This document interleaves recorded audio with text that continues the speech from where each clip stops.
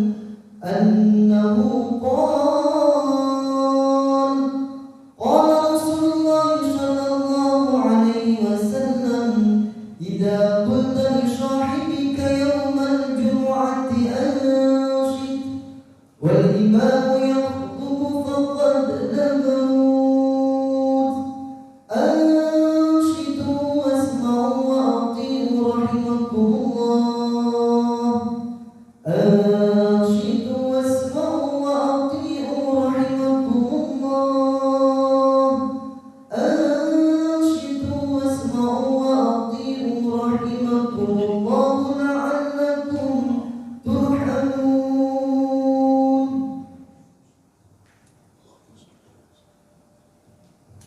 اللهم صل على محمد اللهم صل على سيدنا محمد اللهم صل على سيدنا ومولانا محمد صلى الله عليه وسلم.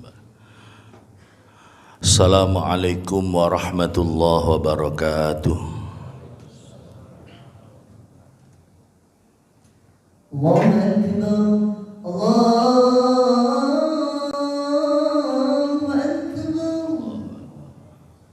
Allahu Akbar Allahu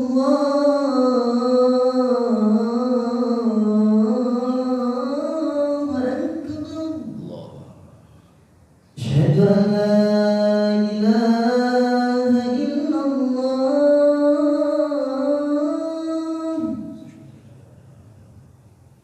Asyhadu an la ilaha illallah.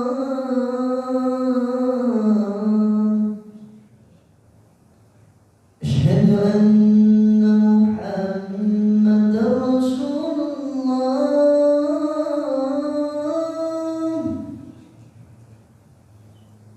Asyhadu anna Muhammadar Rasulullah.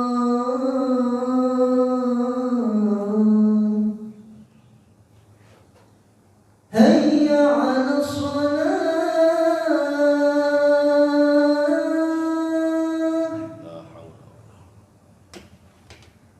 Hayya 'alas salah.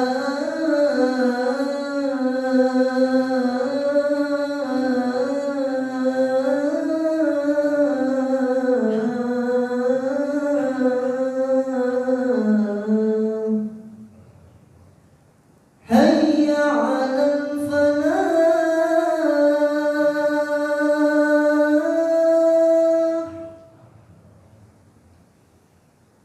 Hayya 'alal falah.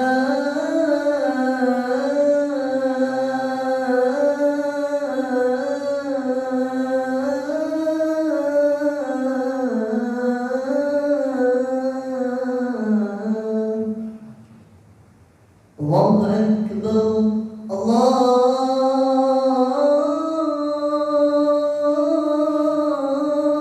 Akbar. La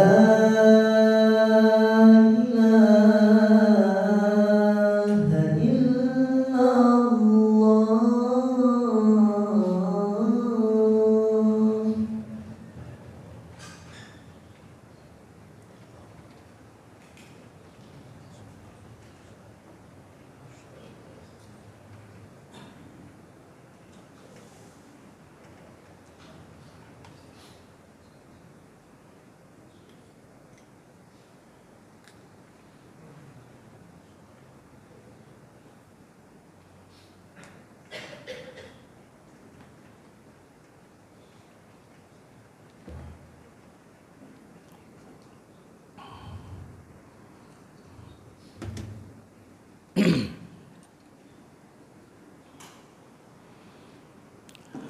Alhamdulillah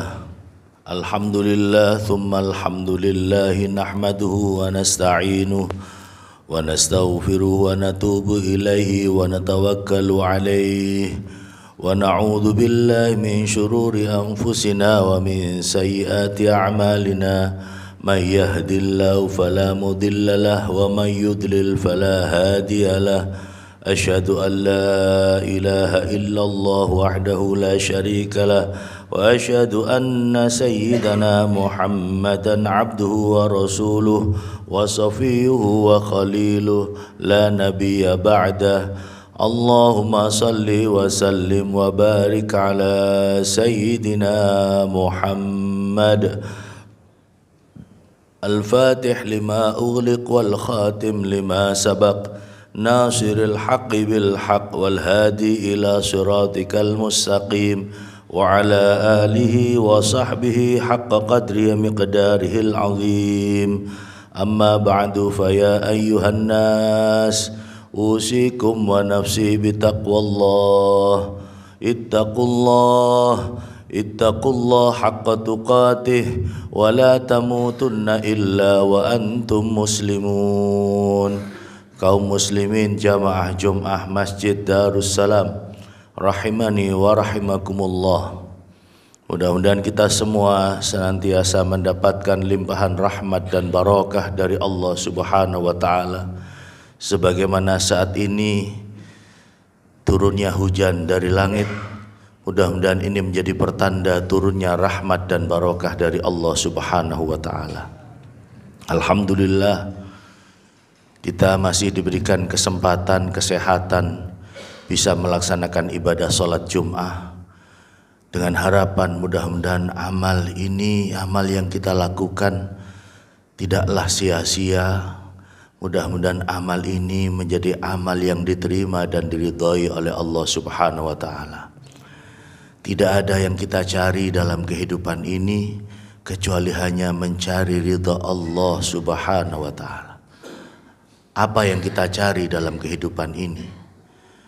Apakah kekayaan itu akan membuat kita bahagia?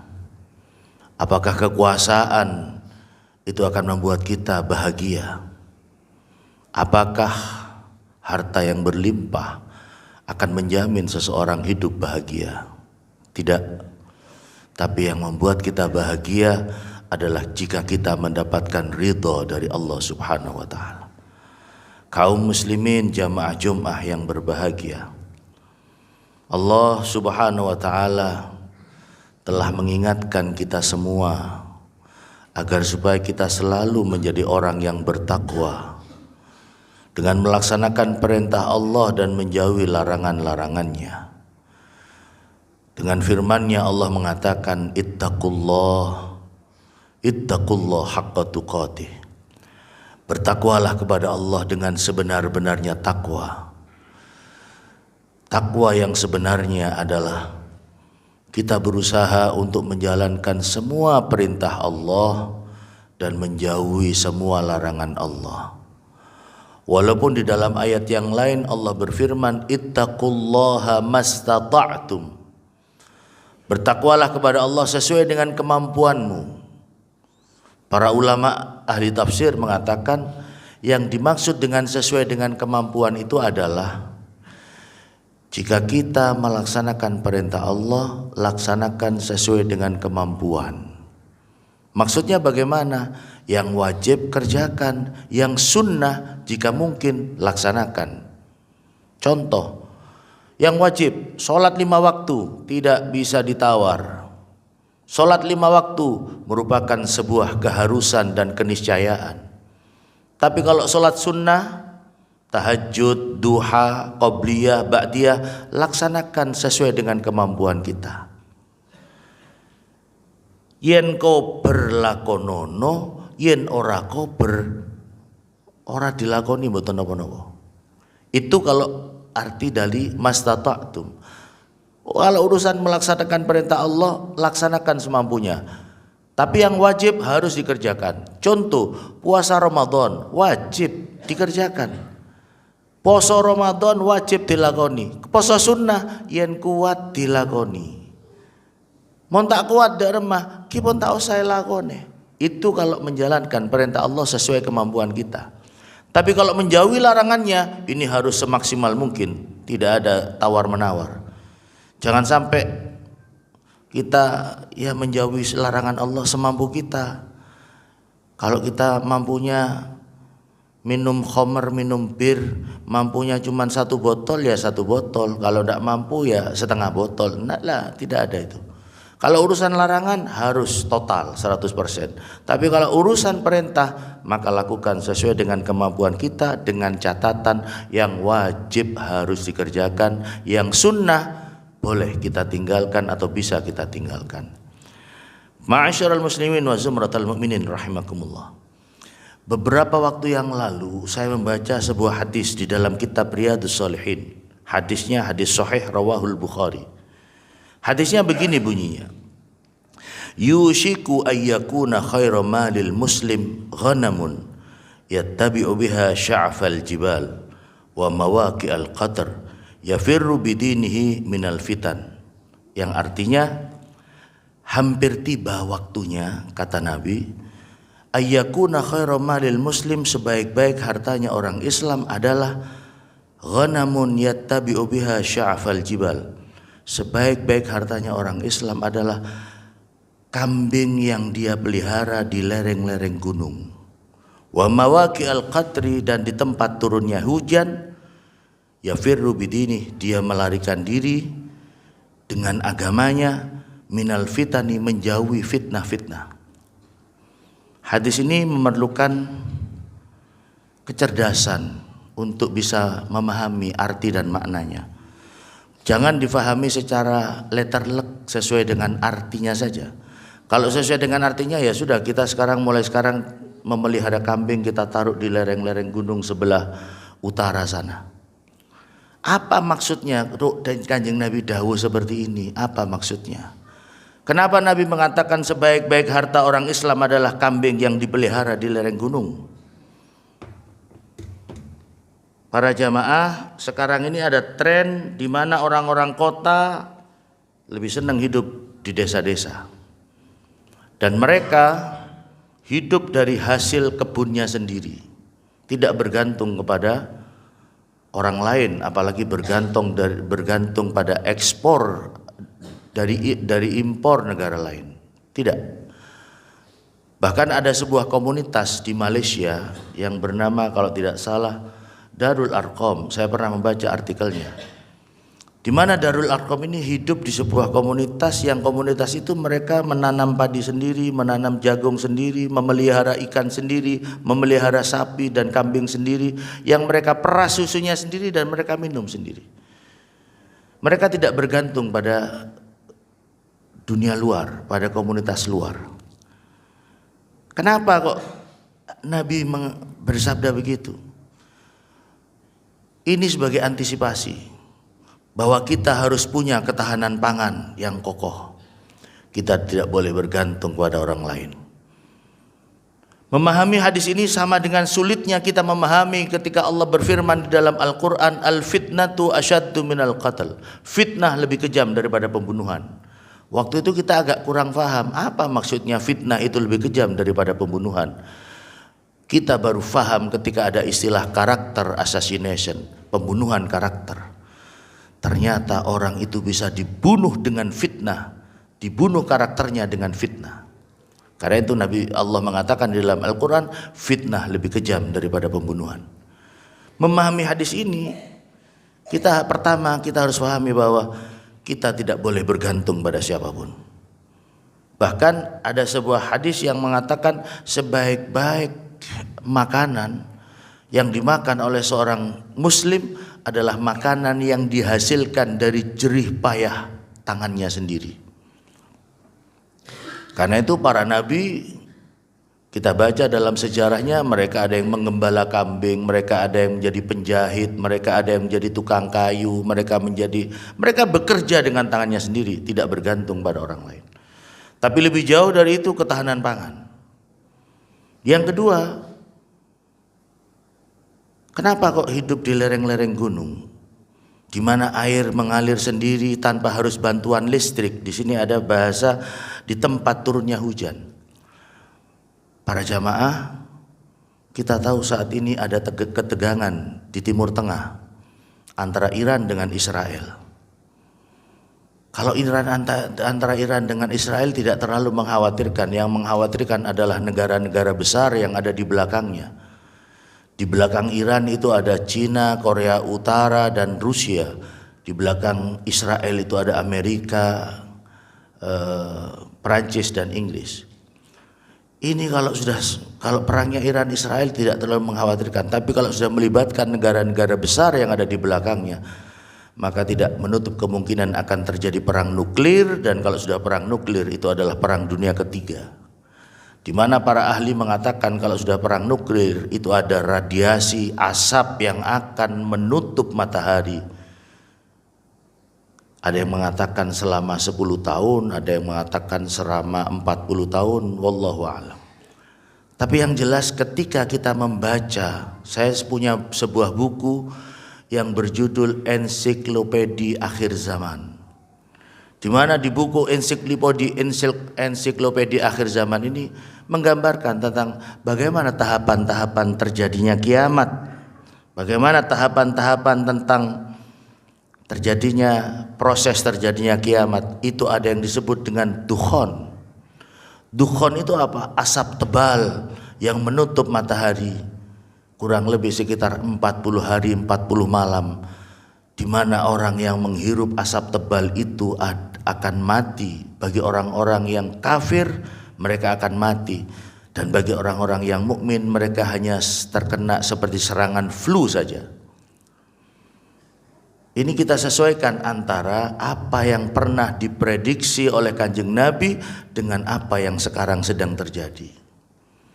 Karena itu, kenapa Nabi mengatakan sebaik-baik harta milik orang Islam adalah memelihara kambing di lereng-lereng gunung. Ketika terjadi perang nuklir, listrik padam.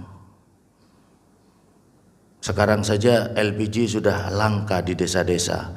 BBM mulai naik harganya akibat ketegangan yang terjadi di Timur Tengah. Tidak menutup kemungkinan suatu saat nanti kita akan kembali ke zaman di mana tidak ada listrik, tidak ada BBM dan lain sebagainya. Karena itu para jamaah, mulai sekarang kita harus menyiapkan jika semua itu terjadi, kita tidak boleh bergantung kepada teknologi. HP semuanya tidak ada. Termasuk uang yang disimpan di deposito bisa saja hilang datanya. Kalau itu yang sudah terjadi, maka kiamat sughra telah terjadi. Karena itu kenapa orang lebih baik menginvestasikan dalam bentuk emas? Karena apa? Karena ya kita tidak menutup mata teknologi ini kalau sudah ketika listrik tidak ada ya sudah tidak bisa membuka catatan-catatan yang ada di komputer dan lain sebagainya. Karena itu para jamaah, tidak ada kata lain, ittaqullah. Kita harus segera mendekatkan diri kita kepada Allah Subhanahu wa taala. Orang yang selamat dari dukhon yang mematikan itu adalah orang-orang yang bertakwa kepada Allah Subhanahu wa taala. Ketika itu terjadi, maka separuh penduduk dunia ini akan mati. Dan yang mati itu adalah orang-orang yang tidak beriman kepada Allah Subhanahu wa taala. Inilah prediksi-prediksi yang akan terjadi. Prediksi-prediksi yang pernah disampaikan oleh Kanjeng Nabi. Dan Allah Subhanahu wa taala berfirman di dalam Al-Qur'an, "Ya ayyuhalladzina amanu taqullaha wal tandur nafsum ma qaddamat lighad." Wahai orang yang beriman, bertakwalah kepada Allah dan lihatlah apa yang akan terjadi di hari esok. Kita harus melihat prediksi-prediksi Rasulullah tentang masa depan seperti apa. Di mana Rasulullah pernah menyampaikan, sayati zamanun ala ummati, akan datang suatu zaman pada umatku, yafirruna minal ulama wal fuqaha, di mana umatku ketika itu meninggalkan ulama dan fuqaha. Orang-orang yang ahli fikih, mereka tidak mau meminta fatwa atau mendengar fatwa dari para ulama dan fuqaha. Jika itu sudah terjadi, kata Nabi, fayabtalihimullah bithalathi baliyat, Allah akan memberikan 3 bala dan ujian. Apa saja itu? Yang pertama, yarfa'illahul barakata min kasabihim, Allah akan mengangkat barokah dari kasabnya. Mari kita rasakan. Dulu ketika zaman orang tua kita masih ada, mereka pekerjaannya santai tapi rumahnya halamannya luas. Tapi kenapa ketika kita gajinya mungkin lebih tinggi daripada orang tua kita, tapi cicilan hutang kita kadang-kadang lebih besar daripada orang tua kita, sehingga hidup kita tidak tenang, tidak barokah. Allah akan mengangkat barokah dari kasabnya. Itu yang pertama, ketika umat sudah akan meninggalkan ulama dan fuqaha. Yang kedua, yusallitullah alaihim sultanan dhalima. Allah akan memberikan pemimpin yang zalim. Pemimpin yang zalim adalah pemimpin yang tidak takwa kepada Allah dan tidak cinta kepada rakyatnya. Pemimpin yang zalim adalah pemimpin yang tidak bisa menempatkan mana program yang harusnya diprioritaskan dan mana program yang itu sebenarnya hanya sebagai pelengkap saja. Karena zalim itu artinya wad'u syai'in fi ghairi mahalli, menempatkan sesuatu tidak pada tempatnya, itu adalah zalim. Lawan dari adil. Adil itu menempatkan sesuatu pada tempatnya. Ini ujian yang kedua. Dan ujian yang ketiga apa? Ini yang paling berbahaya. Yakhruju minad dunya bi ghairi iman. Mereka akan keluar dari dunia tanpa iman. Na'udzubillahi min dzalik. Mudah-mudahan kita semua tidak menghindar dan lari dari para ulama dan fuqaha. Ketika ada majlis-majlis taklim, ada pengajian, kita mau datang untuk mendengar fatwa-fatwa dari para ulama, agar supaya kita terhindar dari 3 bencana yang telah disampaikan oleh Rasulullah Muhammad SAW.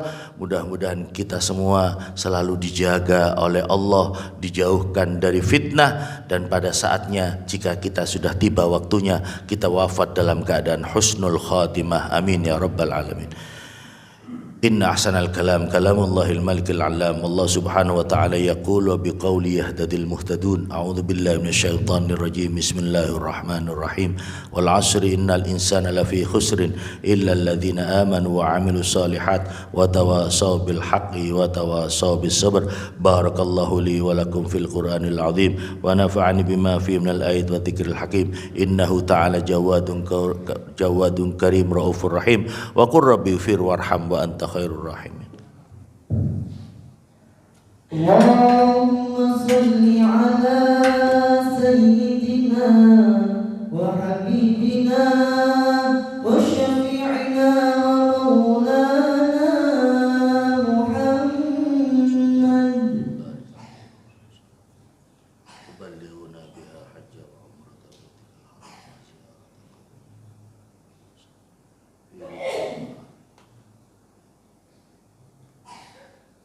Ya Allah. Alhamdulillah, alhamdulillah hamdan kama amar. Asyhadu an la ilaha illallah wahdahu la syarika lah irghama liman jahada bihi wa kafar. Wa asyhadu anna sayyidana Muhammadan abduhu wa rasuluh sayyidul insi wal bashar. Allahumma salli wa sallim wa barik ala sayyidina Muhammad wa ala alihi wa sahbihi mattasalat ainun binadari wa udhunum bi khabar. Amma ba'du fa ya ayyuhan nas ittaqullaha ta'ala wa dharul fawahisha ma dhahara minha ma batan wa hafidhu ala ta'ah wa huduril jum'ah wal jama'ah wa'lamu anna Allah amarakum bi amrin bada fi bi nafsi wa thanna bi malaikati qudusi wa qala ta'ala wa lam yazal qailan alima inna Allah wa malaikatahu yusalluna 'alan nabi ya ayyuhalladzina amanu sallu 'alaihi wa sallimu taslima.